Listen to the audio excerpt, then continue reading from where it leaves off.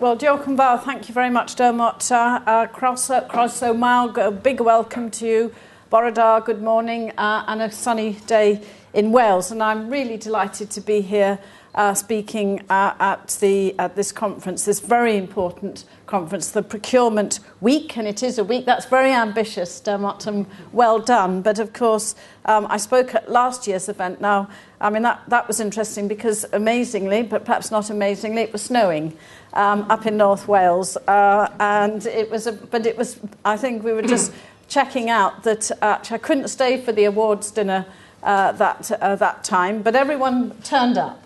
And of course, the importance of Procurement Week is now establishing itself. It's its third successive year, and I will congratulate, as I'm sure you all will here today and during this week, Dermot and his team, and it is a team around you, having organised this important event, an international event, and I welcome you to Wales. Croeso I Gymru. It's important that we are the forefront of engaging globally the importance and the key issues around procurement. And of course, this conference is covering procurement law, as Dermot has said, and innovation, and that will be very important in terms of the themes and speakers tomorrow. It's very timely given the imminent changes in the EU procurement directives. But also, I think we have to recognise the event is without parallel across the UK. It's something that we in Wales are proud of because it does bring together and spread good practice from all over the globe. There's such an excellent level of interest. You've heard the figures in the events that have been organised, and I think that demonstrates that you've got it right, Dermot, and that we're doing this together in partnership. And it is about identifying best practice from all over the world, learning from it, and it's at the heart of the way I want to see public sector procurement in Wales improve. And I think the point that Dermot made earlier on to me about the fact this is very interactive. This is an interactive conference. It's not just about having speakers or indeed sharing good practice. It has to be about, what's the outcomes? What are you going to go away with? What are we going to change? What are we going to learn from as a result of Procurement Week? That's the investment we are all putting into it. But this event is just one of the many initiatives that we've introduced in Wales, working with the three universities who form the Creative Procurement Forum: Bangor University, the University of South Wales and Cardiff University. And, I do want to again pay tribute to that long-standing relationship that we've developed with Dermot and Bangor in terms of the way we look for the expertise, we look for the evidence. The barriers report, as far as I'm concerned, needed to be implemented, as Andrew Davis did say quite clearly when he received it as my predecessor as finance minister, because it did demonstrate, as a result of evidence, what we needed to do and how we should progress. And of course, that is a journey and a partnership that we've worked on together. You need the independence of that academic engagement to help us in government. And the Value Wales Homegrown Talent Project is responsible for coordinating the activities of the Creative Procurement Forum, and it, of course, includes the support for the Best Practice Academy, the Procurement Awards, and, of course, the Procurement Week, which we're now part of.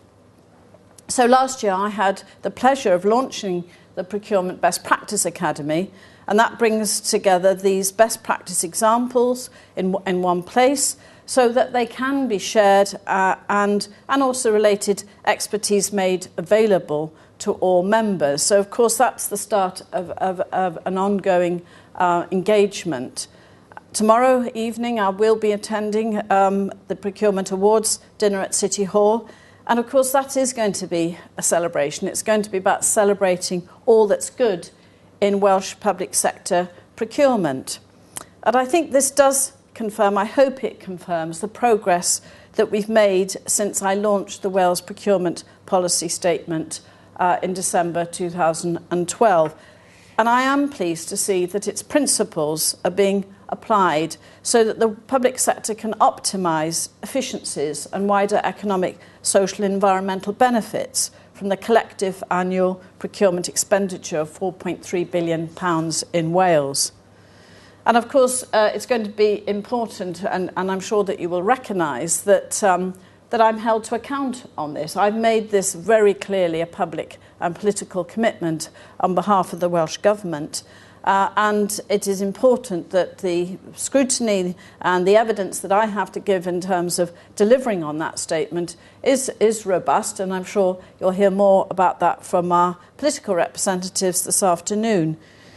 But moving on to many of the important developments ahead of us, of course you will know that the new EU directives have been several years in gestation, but now we have them. And there are many exciting possibilities that will flow from this new legislation. We just look at the examples. Procurement innovation partnerships. How will they operate? Achieving socio-economic goals using public procurement. What are the new parameters? Life cycle costings. We need a workable methodology to measure this, and who will develop it for us all to use? How can we get one, of course, in terms of that methodology that we can all agree on? And those are just some of the key questions which I hope you'll be exploring, you'll be debating over the next 2 days, and more questions will arise that will require new answers. And also it will be, of course, all in the implementation and how we deliver on that. But we have such a good mix of lawyers, academics and practitioners from all over the world, so I know there's going to be no shortage of debate and advice to us in terms of how that will progress. And of course the new directives are supporting the direction that we've taken in Wales, and I think that's very important in terms of our engagement, our influence leading up to the new directives, particularly I believe in our determination to build more sustainable outcomes in the way that the public sector procures goods and services. And I do think we can be proud of policies such as community benefits. And this approach now in Wales is applied to 80 projects worth over 4.2 billion, with measurement indicating that 84% has been reinvested in Wales. And of course, you know, that is about figures and statistics, but it is about when you go to visit a project, and the first people I say I want to meet are those who have benefited from the contract via the community benefits expectations. And when you meet young people who are now in work, in construction, and leading to an apprenticeship, that is where you feel these community benefits are having such an impact. Yes, it's also about the way in which that particular project is engaging with the wider community, which is so often the case in terms of schools and community benefits. But it's also crucially about jobs and skills as a result. The new EU directives make it explicit that this can be done, so hopefully other parts of the UK will catch up with us on this issue. But for smaller suppliers, the detail of procurement legislation is not the only issue. The advertisement of contract opportunities below the European thresholds continues to grow, with 81% of all contract notices on sale to Wales now being for lower value opportunities. Visibility of these contracts is vital, I know, to smaller suppliers, and again tested on this in terms of implementation. Simplification of process is central to procurement policy, as you all know. It's now embodied into the new EU directives. And in Wales, we've been tackling this since the launch of our SME Charter in 2006 and the Barriers to Procurement Opportunity report in 2010. Of course, this report was also co-authored by Dr. Kath Ringwald of University of South Wales, as well as Professor Cahill, and it's been the catalyst for so many of our initiatives, as I said at the outset. The Innovative Supplier Qualification Information Database, or SQUID, this approach to supplier selection has been adopted across public bodies in Wales, enabling Welsh business to access and win a greater share of our contracts. Some larger contracts, of course, may be difficult for smaller businesses to bid for, so we produced a joint bidding guide to promote consortium bidding as a way of improving access to public procurement. And I'm also aware of the excellent work undertaken on SME access by Dermot's winning and tendering team. But I think we all recognise the link between procurement capability and intelligent application of procurement policy and regulation. And this will be even more important so that we can fully utilise all of the developments in the new EU procurement directives. I'm committed to growing the procurement profession in Wales. And through the European-funded homegrown talent, 28 trainees have received structured support to work towards attaining professional procurement qualifications and acquiring practical experience and skills. And this project also provides those involved in public sector across Wales with access to short course and professional qualification programmes that will develop their skills and knowledge of modern procurement techniques. I'm aware that the international president of the Chartered Institute of Purchasing and Supply spoke earlier this week and, very inspired by what he said. You know, that's a real challenge, isn't it, to us, how we could all collectively work to really abolish slavery. Many of you here today belong to the Welsh branches of the Institute, and Procurement Week will help you in your continuous professional development. It's also pleasing to note that the Homegrown Talent Project is supporting a number of innovation competitions funded through the Welsh Government's Innovation Catalyst Fund.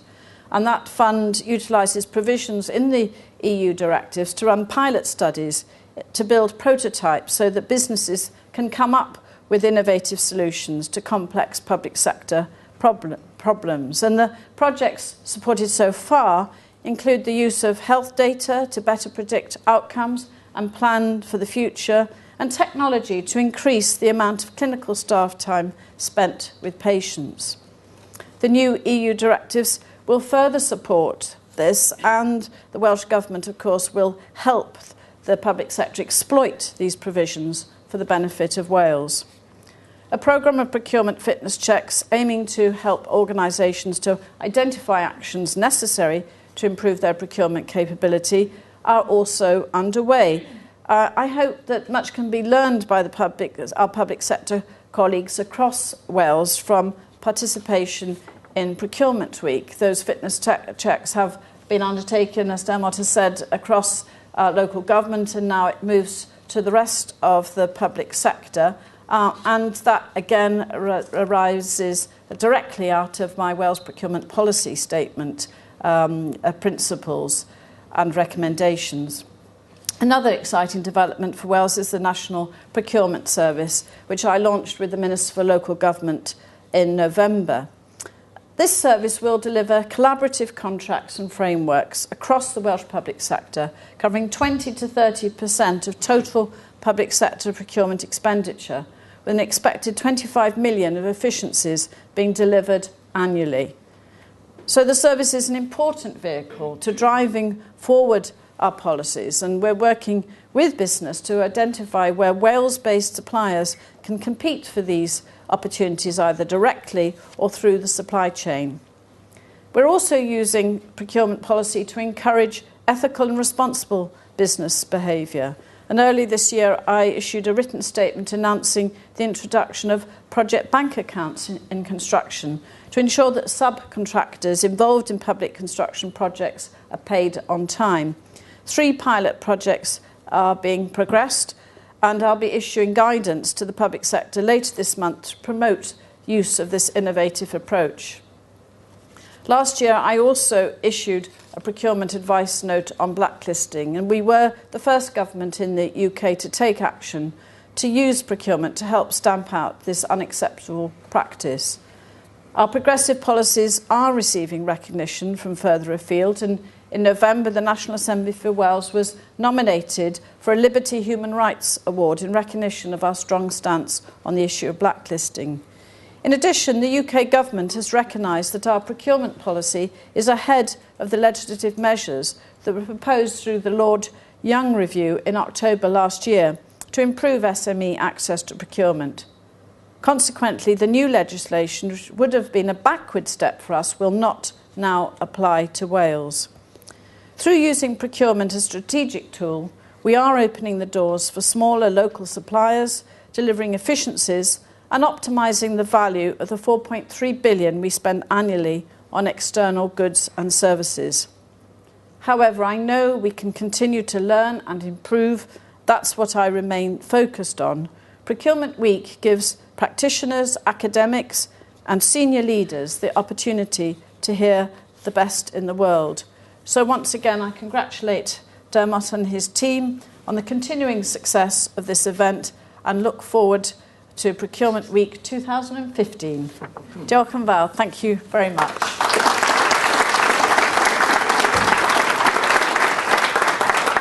She has other engagements this morning.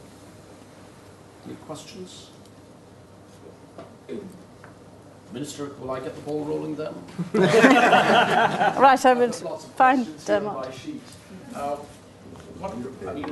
Lots of things are happening now. We're in a time of, tight budgets. Everybody's under pressure and challenges. What do you think are, just looking into not even the near future, but maybe the medium-term future, what do you think are the imperatives for Wales in the procurement context and modernising procurement, sitting where you are in the Minister's chair? Well, I think it does go back to what I said in my speech, that we've got our Wales procurement policy statement. We've benefited from not only the evidence that and the expertise that's very much driven by yourselves and academic colleagues in Wales, and also the John McClelland review, which was very important and influential in terms of developing our Wales procurement policy statement. For me, it is about delivery and implementation, and that's key in government as far as finance is concerned.